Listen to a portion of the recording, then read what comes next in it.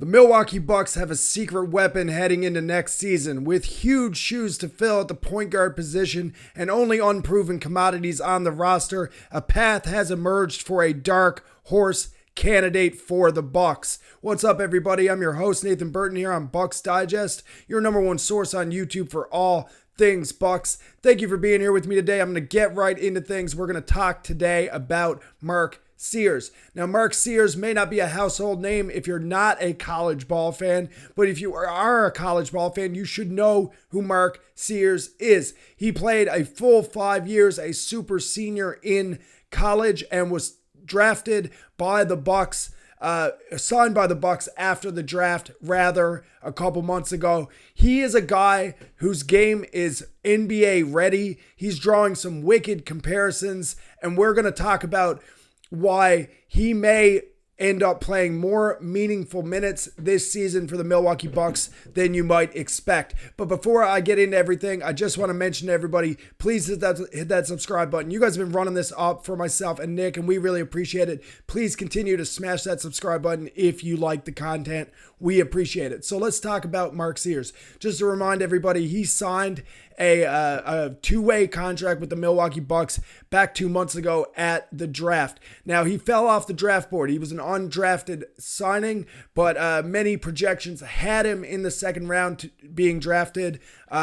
Most experts will say he only fell off the board really due to his smaller size. He's 6'1", 190, not a big guy, but he may just have the skill to make up for it and crack an NBA roster. We'll talk about that. So he's on a two-way contract. So for those of you that don't know, that means he can bounce between the Bucks and their G League affiliate. This also means that he won't factor into the discussion that's happening right now about Thanasis Antetokounmpo being signed and who has to be dropped to make a roster spot for him.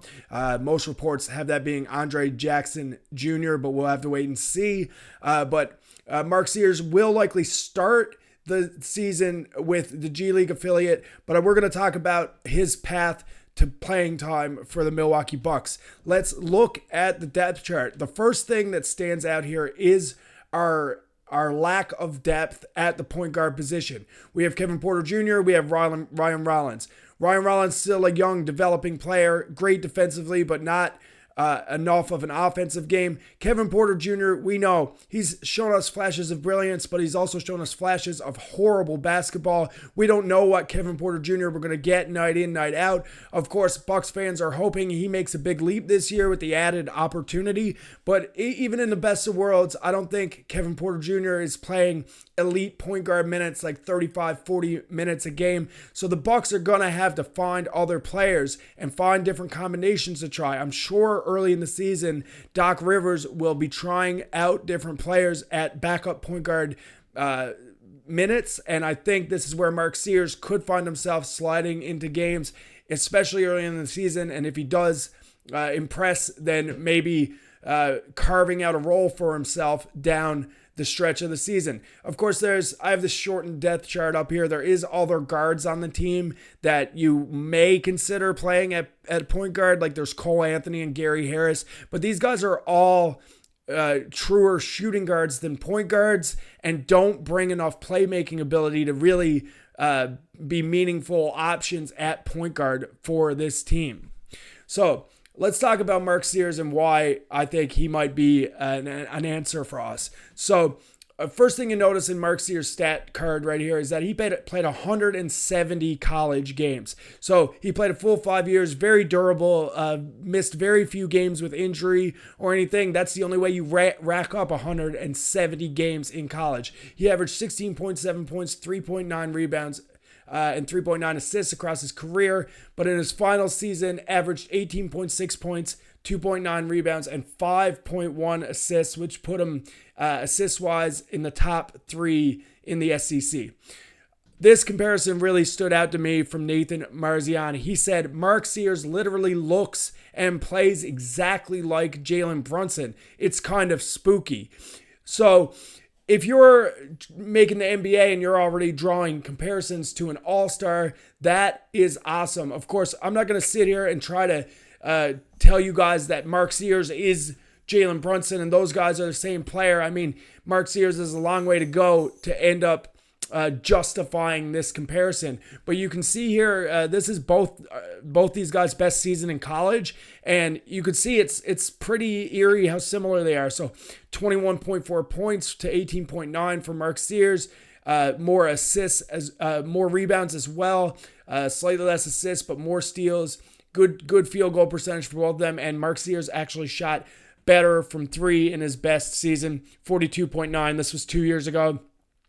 He shot over 40% last season as well, so he has not lost his stroke from three. We'll talk about just how dominant this guy can be from three a couple slides from now. He had some big games that we're going to talk about it. So it's not just the statistical comparison. These guys are built kind of the same. They're both shorter point guards, shorter, stockier, 6'1", 6'2", smaller for the NBA, but have carved out abilities beyond their size. These guys can both score at three levels. Mark Sears, a lot like Jalen Brunson, can get to the rim. He has a mid-range shot, and he has a killer three. They're both also very good playmakers. Like I said, Mark Sears averaged over 5 assists in his final year of college. That was top 3 in the SEC.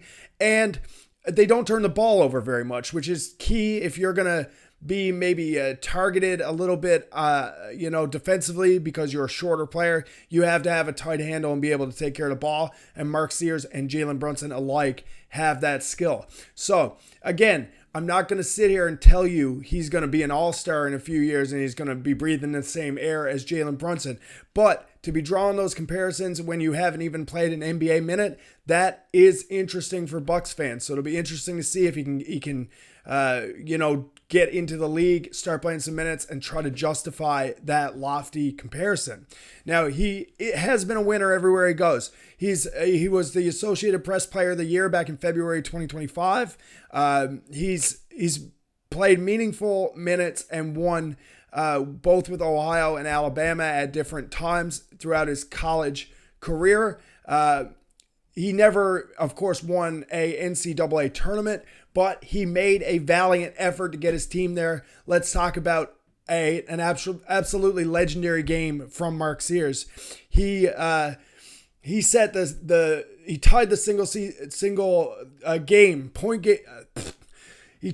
single game 3-point record. Okay, 10 3-pointers. He went 10 for 16 in the Sweet 16 against BYU last year. So 10 for 16 from three in one game. Tied a tournament record for 10 threes made in a game. They won that game against BYU, even though they were not favored.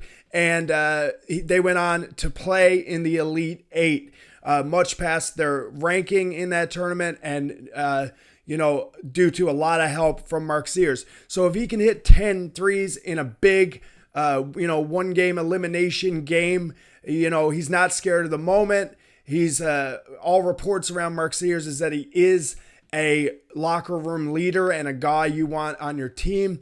I just think about the catch and shoot possibilities. When you get a guy like this playing around Giannis Antetokounmpo, who draws so much attention in the lane, if he can bring a catch and shoot stroke to the NBA that's 40% plus, then I think he can carve out some playing time on this team. So I, for one, want to say exactly what this graphic says. I want to say welcome Mark Sears to the Milwaukee Bucks. I think there is a path for this player to carve out meaningful minutes in the NBA. He's going to get a better chance here in Milwaukee with our, lack of depth at point guard right now than he would probably get anywhere else. I'm sure Mark Sears' camp is excited and putting in the work in the offseason. But I want to know what you guys think. Do you guys think that I'm just blowing smoke here about Mark Sears? Do you think there's not much of a chance that he's going to crack this roster? Do you think 6'1" is too small for a point guard? I mean, we just got away from having Damian Lillard as a defensive liability. Maybe we don't want to explore the smaller point guards anymore. I don't think he should start by any means, but I think he could play meaningful minutes off the bench. Do you guys think that I'm not giving Kevin Porter Jr. enough credit? Do you think he is going to come out and perform at an elite point guard level and eat up most of the point guard minutes? Or do you think there's other players around the league we should be looking at either on the waiver wire or players that may be up for trade to improve this point guard position? The point guard is definitely our weakest spot right now, and I'm just looking at any angle I can come up with where the Bucks could make a move or a player they could plug in to try to improve. I want to know your guys' thoughts. Let me know what you think the future of the point guard position for the Bucks this season looks like. We'll be back soon on Bucks Digest. Go Bucks, go.